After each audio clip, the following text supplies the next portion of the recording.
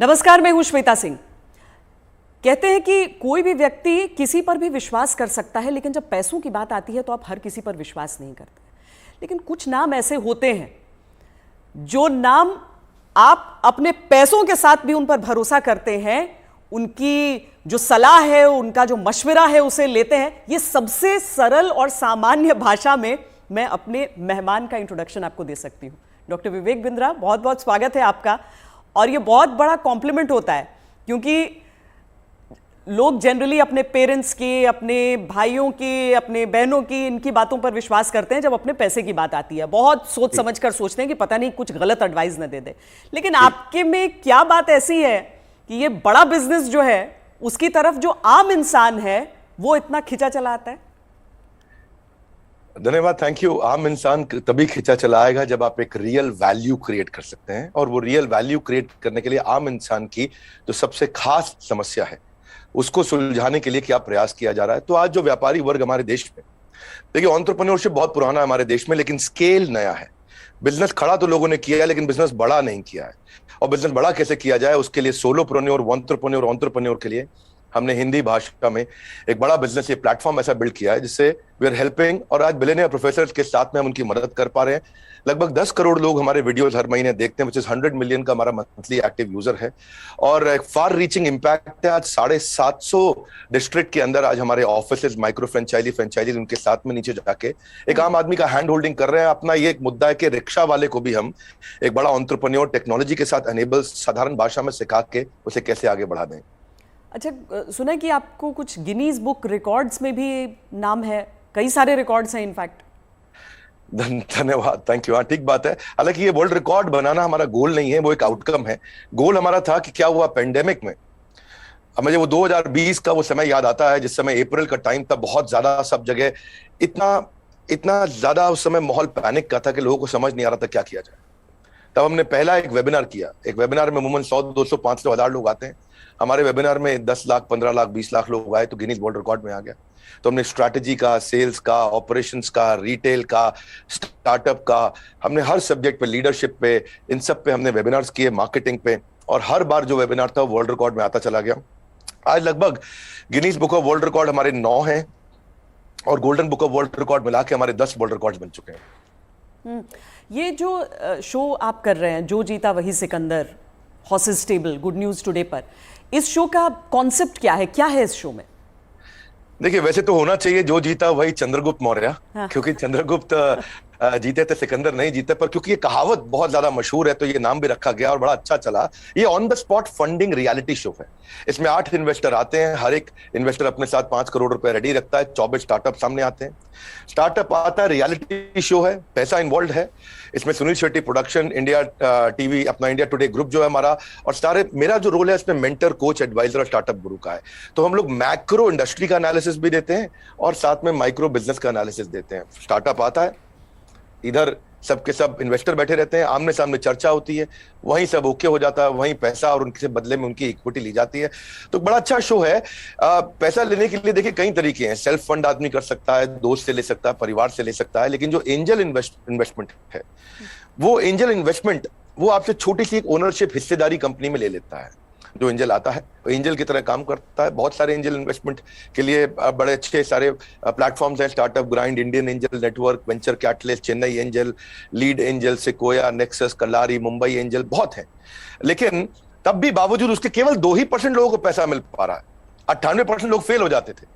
तो उसी के लिए हम लोगों ने मिलकर ये शुरू किया हॉर्सेस टेबल, जहां पे हम और लोगों को पैसा दे सके, उनकी मदद कर सके। अगर उनके आइडिया में दम है तो उनकी ग्रोथ में हिस्सेदारी देने के लिए हमारे इन्वेस्टर साथ में आते हैं, और मैं उसको वहां पे आके मॉडरेट करता हूं, मैं अपनी एडवाइस देता हूं, जिसके बेसिस पे आगे हम लोग उसको आगे बढ़ा पाते हैं। मतलब इसमें कोई भी आ सकता है, कोई भी जो जिसके पास कोई आइडिया हो कि किस तरीके से आगे कोई बिजनेस हो सकता है। ज़रूरी नहीं है कि कोई बड़े बड़े ग्रुप्स हों, बिजनेस हाउसेज हों। ये मकसद क्या है इसका? आइडिया कहाँ से आया?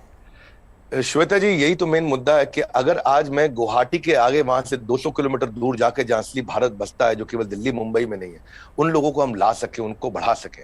देखिए, आइडिया यहां से आया कि एक एडम स्मिथ नाम के जेंटलमैन रहे, उन्होंने मैक्रो इकोनॉमिक्स पे किताब लिखी है। 200 साल पुरानी किताब है, उसको पढ़ने के बाद कुछ नहीं चाहिए। वो कहते 4 चीजें होनी चाहिए एक जिस देश की पॉपुलेशन बढ़ रही है वहां बिजनेस अच्छा होगा, जहां टेंडेंसी टू कंज्यूम है, हमारे देश में स्वतंत्रता बहुत है, कुछ भी कंज्यूम कर सकते हैं, हमारा देश चाइना की तरह नहीं है। तीसरा, जहां एंटरप्रेन्योर बहुत है, और चौथा जहां इनोवेशन है। चारों लिहाज से 4 में से 3.5 नंबर इंडिया को दिए जाते हैं। इंडिया में एंटरप्रेन्योरशिप बहुत तेजी से बढ़ रहा है। तो हमारे को, आपने पूछा आइडिया कहां से आया, आइडिया यहां से आया कि गड्ढा ढूंढने का एक ट्रेनिंग दिया जा रहा है, इसके द्वारा लोगों को इंस्पायर किया जा रहा है कि कैसे एक स्टार्टअप आए, क्या वो कस्टमर का टाइम बचा रहा है तो उसको पैसा मिल सकता है, हाँ भाई बड़ा अच्छा कर रहे हो आप, क्या वो कस्टमर का एफर्ट बचा रहा है, क्या वो कस्टमर का कोई कंफ्यूजन घटा रहा है, क्या वो कस्टमर के लिए सामान सस्ता लेके आ रहा है, क्या वो कस्टमर की प्रायोरिटी पे उसको फोकस करा रहा है, क्या वो कस्टमर को बढ़िया स्किल सर्विस, क्या वो कस्टमर को कोई वेंडर आइडेंटिफाई करके दे रहा है, क्या कस्टमर के लिए कोई कन्वीनियंस क्रिएट कर रहा है। तो बेसिकली अर्बन कंपनी, ओयो, स्विगी, ओला, जोमेटो, फ्लिपकार्ट, जस्ट डायल, जूम, ये सब इंडियन स्टार्टअप्स हैं जो कस्टमर की कोई ना कोई समस्या को सुलझा रहे हैं, और जैसे वो समस्या सुलझाते हैं, और इसी के लिए हम इंस्पायर करना चाहते हैं कि स्टार्टअप ऐसा ही है जो कस्टमर की बर्निंग प्रॉब्लम को, ज्वलंत समस्या को सुलझा सके। पर इसके आगे क्या होगा? मतलब अगर कोई इंसान है, जैसे मान लीजिए मेरे पास ही कोई आइडिया है, तो मुझे तो बिजनेस चलाने के बारे में मालूम नहीं है, फंडिंग अगर मान लीजिए मुझे मिल भी जाती है यहाँ पर, तो आगे क्या बिजनेस चलाने में मदद भी मिलेगी? बहुत अच्छा प्रश्न है आपका। देखो, जब इन्वेस्टर आता है ना, तो वो स्मार्ट कैपिटल लेके आता है, केवल पैसा नहीं लाता है, वो एक हैंड होल्डिंग सपोर्ट लेके आता है। बड़ा बिजनेस साथ में हमारी कंपनी भी आ रही है, तो हम उनको लाइफ टाइम मेंबरशिप देते हैं, ट्रेनिंग देते हैं। देखिए, जब इन्वेस्टर आता है तो वो स्टार्टअप को मेंटरशिप देता है, एडवाइस देता है, रिसोर्सेज देता है।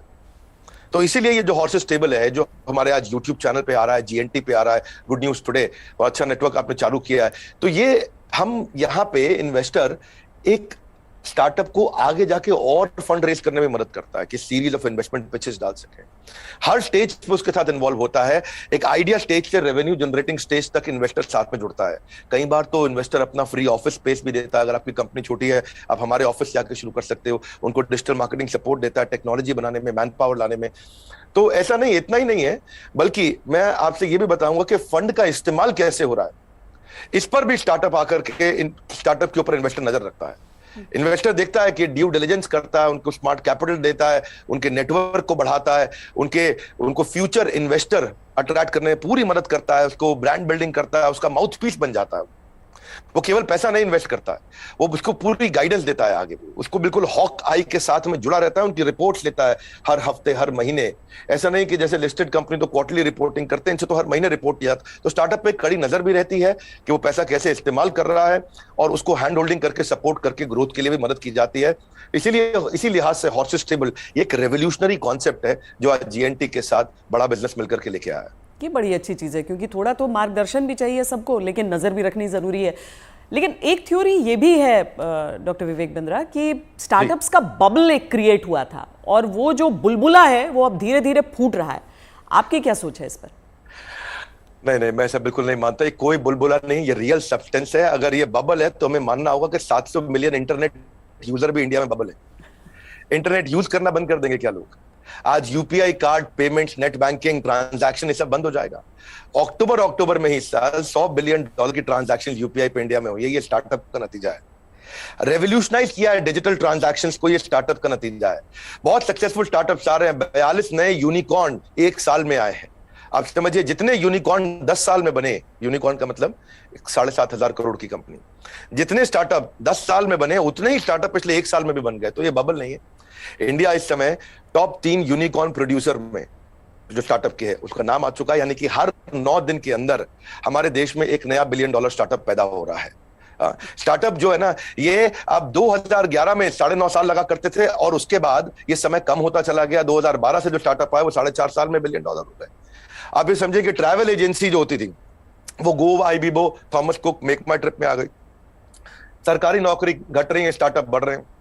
पेपर अब डिजिटल हो गया है, किताबें किंडल में मूव कर गई हैं, बिजली अब सोलर होती जा रही है, रिटेलर अब अमेजॉन, फ्लिपकार्ट और रिलायंस पे मूव कर गया है, गाड़ियां ड्राइवरलेस हो रही हैं, ब्लॉकबस्टर सीडी को खत्म करके यूट्यूब, अमेजॉन प्राइम, नेटफ्लिक्स आ गया है, सेल फोन के बिल अब घट रहे हैं, इंटरनेट के बिल बढ़ रहे हैं, गाड़ियों की सेल घट रही है, ओला उबर बढ़ रहा है, रेस्टोरेंट शटडाउन हो रहे हैं, ऑनलाइन फूड डिलीवरी बढ़ रहा है। आज बच्चों को जो है ऑनलाइन स्टडीज उनकी बढ़ गई है, प्राइवेट कोचिंग घटती जा रही है। इसका मतलब क्या है, जो स्टार्टअप है ना वो एक रेवोल्यूशन है। पहले कबूतर चिट्ठी लेके जाता था, आज व्हाट्सएप चिट्ठी लेके जा रहा है। इसके बीच में बहुत लंबी जर्नी थी, और सिलिकॉन वैली में कम से कम 15 स्टार्टअप ऐसे बैठे हैं जो व्हाट्सएप के खात्मे की तैयारी कर रहे हैं। और नेक्स्ट जो रेवोल्यूशन आएगा, नेक्स्ट सिलिकॉन वैली आने वाले समय में बेंगलुरु से शुरू होकर के भारत से ही आगे निकलेगा। वाह, क्या बात। लेकिन कई स्टार्टअप्स फेल भी तो होते हैं, कई स्टार्टअप्स फेल हो जाते हैं, इसकी वजह क्या रहती है? श्वेता देवी, ऐसा स्टार्टअप फेल होने के मेन 8-10 बड़े कारण होते हैं। पहला तो कोई डिफरेंशिएशन ना हो, आप वही कर रहे हो जो बाजार में सब कर रहे हैं। दूसरा, फोकस की कमी हो, सारी चीजें करने में लगे हैं, फोकस नहीं है। तीसरा, उनकी एग्जीक्यूशन की स्पीड कमी है। चौथा, अगर बिजनेस अच्छा ले भी आए तो रेकरिंग रेवेन्यू नहीं है, वो कस्टमर के साथ माल दो पैसा लो रिश्ता खत्म। रेकरिंग रेवेन्यू यानी कि बार बार उसके साथ ट्रांजैक्शन होना चाहिए।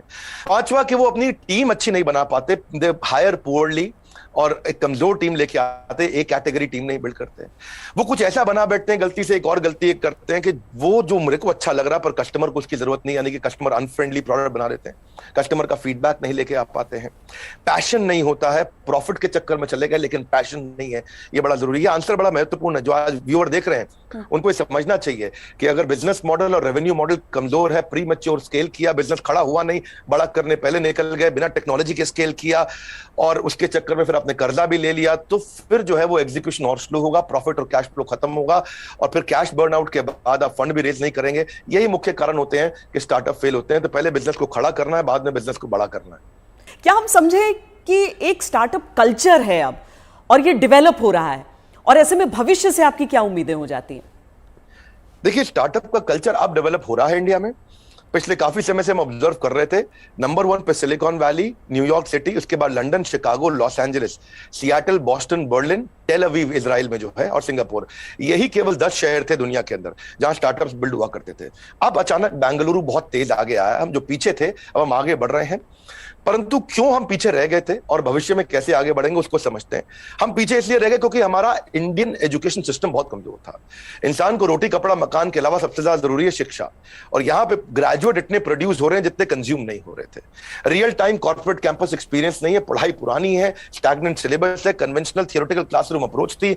इस चक्कर में अंडर एम्प्लॉयमेंट जो है वो अनएम्प्लॉयमेंट से ज्यादा बड़ी समस्या है। आज राजनेता लोग सबके सब हमारे यहाँ पॉलिटिक्स में अनएम्प्लॉयमेंट की बात करते हैं, लेकिन अंडर एम्प्लॉयमेंट कितनी बड़ी बात है कि अब ग्रेजुएट पोस्ट ग्रेजुएट को 14,000 रुपए की तनख्वाह मिलती है, पीएचडी होल्डर को आज अगर 20,000 की तनख्वाह मिल रही है तो कितना बुरा हाल है।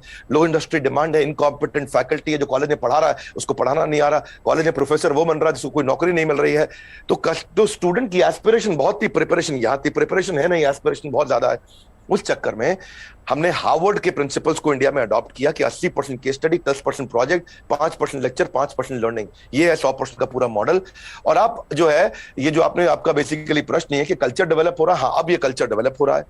ओरिजिनल क्वेश्चन आपका यही है कि कल्चर ऑफ इनोवेशन आ रहा है, और इससे ना इकोनॉमिक एक्टिविटीज, मनी सर्कुलेशन अपने आप इंप्रूव होता है, और इससे देश में फर्क आ रहा है। मेरा कंक्लूजन यही है कि लोगों के पास आइडियाज हैं, कैपेबिलिटी है। हमने जो ये शुरू किया है हॉर्सेस टेबल, जो जीता वही सिकंदर, ये एक ऐसा रेवोल्यूशनरी कॉन्सेप्ट है जिससे एक आम आदमी को भी ना मन में ये फीलिंग आ गया है, यार आइडिया देने पे पैसा मिल सकता है तो मुझे भी कुछ करना चाहिए। केवल आइडिया देने पे पैसा मिल रहा है, भैया तो कमाल हो गया है, मैं भी आता हूं, मैं भी आगे बढ़ता हूं। बड़ा उत्साह इस समय बढ़ रहा है देश का। हमारे यूट्यूब चैनल पे हमको बहुत फीडबैक्स मिल रहे हैं, जीएनटी पे मैंने देखा बहुत से फीडबैक्स मिल रहे हैं, लोग बहुत पसंद कर रहे हैं, शेयर रेट बढ़ गया, वीडियो कंजम्पशन रेट बढ़ गया। नहीं, आप बहुत सही बात कह रहे हैं, क्योंकि 12वीं कक्षा की इकोनॉमिक्स जब हम पढ़ते हैं तो उसमें अनएम्प्लॉयमेंट में तो कई चैप्टर्स हो जाते हैं, अंडर एम्प्लॉयमेंट सिर्फ एक सबहेड के तौर पर नजर आता है। लेकिन बहुत बड़ी समस्या है, देश में टैलेंट की कमी नहीं है, टैलेंट पूल है हमारे सामने। लेकिन कोई ऐसा रोड मैप आपको नजर आता है कि जो प्रतिभा है युवाओं की उसके हिसाब से उन्हें मौके मिल सके? रोड मैप एक ही है कि आज बच्चों को लैक ऑफ क्लैरिटी है, उनको प्रोफेशनल करियर सब्जेक्ट कोर्स इसके बारे में जानकारी नहीं है। तो रोड मैप केवल एक ही है कि उसको कंटिन्यूअस लर्निंग का मतलब है कंटिन्यूअस अर्निंग। उसको अपने साथ एक डिसिप्लिन बिल्ड करके अपने साथ मूक यानी कि मैसिव ओपन ऑनलाइन कोर्सेज दुनिया भर में आ गए, लगातार सीखने से खाली दिमाग खुले दिमाग में परिवर्तित हो जाएगा। अब जो anyone who keeps on learning he will stay young forever, ये हेनरी फोर्ड ने बोला है। बड़ा बिजनेस भी इसीलिए आया, दुनिया भर में कॉर्पोरेट ट्रेनिंग हो रही थी, स्किल डेवलपमेंट हो रहा था, K-12 की बात हो रही थी, टेस्ट प्रिपरेशन हो रहे थे, बायजूस, वेदांतु सब आ गए, लेकिन एक आम आदमी के लिए, व्यापारियों के लिए सिखाने के लिए कुछ नहीं था। तो रोड मैप ये है कि आपको आज लर्निंग पे फोकस करना चाहिए।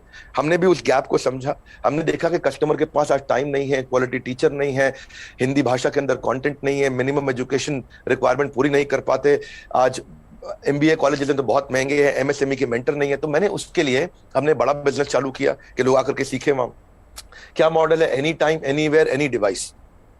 कोई मिनिमम एजुकेशन नहीं चाहिए। वीडियो, वॉइस, वर्नाक्युलर, आपका टाइम हम सेव करेंगे ताकि आप सक्सेस मिले आपको। इजी टू यूज कर दिया है। सारे business planning tool, framework, agreement, उनको डॉक्यूमेंट, स्ट्रैटेजी शीट, हर एक चीज बना के हैंड होल्डिंग के साथ, कोई भी सब्जेक्ट में फंसे वो, strategy, sales, HR, finance, customer service, funding, operations, technology, marketing, admin, legal, production, इस सब में उसको मदद करते हैं ताकि वो आकर के सीखे। तो बेसिकली रोड मैप ये है कि आदमी को सीखना चाहिए। हमने ऐसा किया है कि हमने 750 रुपए महीने पे एक एग्जीक्यूटिव एमबीए उसको कराना शुरू कर दिया है। 1500 रुपए महीने पे हमने एक अडल्ट को एमबीए कराना शुरू कर दिया है। सिखा कौन रहा है मेरे साथ? मेरे प्रोफेसर एक कैटेगरी है।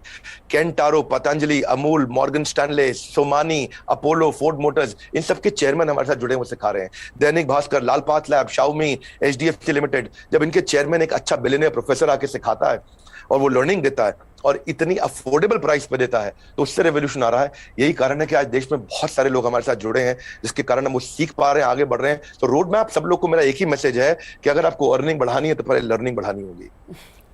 क्योंकि अमूमन ऐसा होता है कि कुछ बड़े बिजनेस हाउसेस, हम सब टाटा बिरला को देखते हुए बड़े हुए, लेकिन वो मोनोपोली है इतना भी समझ में आया।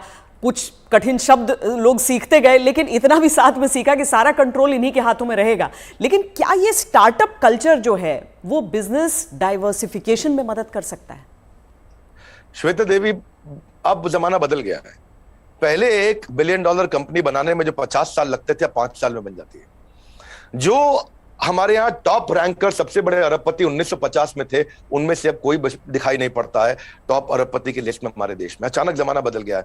इनफैक्ट सन 2000 तक भी नौकरी.com, मेक माई ट्रिप, इनको 14 साल लगे $1 बिलियन कंपनी बनने में। पर आप उसके बाद देखिए, फ्लिपकार्ट, पॉलिसी बाजार, जोमेटो आया तो इनको 14 साल नहीं लगे, ये 8.5 साल में $1 बिलियन हो गए। पर उसके बाद में देखिए, नाइका, ओयो, उड़ान और ओला इलेक्ट्रिक आया, ये 2 साल 3 साल में $1 बिलियन कंपनीज हो गए। तो अब जो है वो कॉर्पोरेट्स की बपौती नहीं रह गया है बिजनेस। अब पहले हुआ करता था कि बड़ी मछली छोटी मछली को खा जाया करती थी, आज बहुत सारी छोटी मछली मिलकर बड़ी मछली को खा जाती हैं, और उसी रेवोल्यूशन में हम कंट्रीब्यूट कर रहे हैं साथ में। डॉक्टर बिंद्रा, बहुत मजा आया आपसे बात करके। और एक चीज मैं कहूंगी कि आमतौर पर क्या है कि ये बिजनेस के कॉन्सेप्ट्स जो हैं उसमें अंग्रेजी का इतना इस्तेमाल होता है कि आम लोग कनेक्ट नहीं कर पाते हैं। आंकड़ों का इतना इस्तेमाल होता है कि लगता है कि यार ये तो हमारे बूते की बात नहीं है। आप इतने सिंपल तरीके से समझाते हैं, मुझे लगता है इसीलिए ऐसी चीजों पर भी लोग आपकी बात को समझते हैं, आपकी बात को मानते हैं।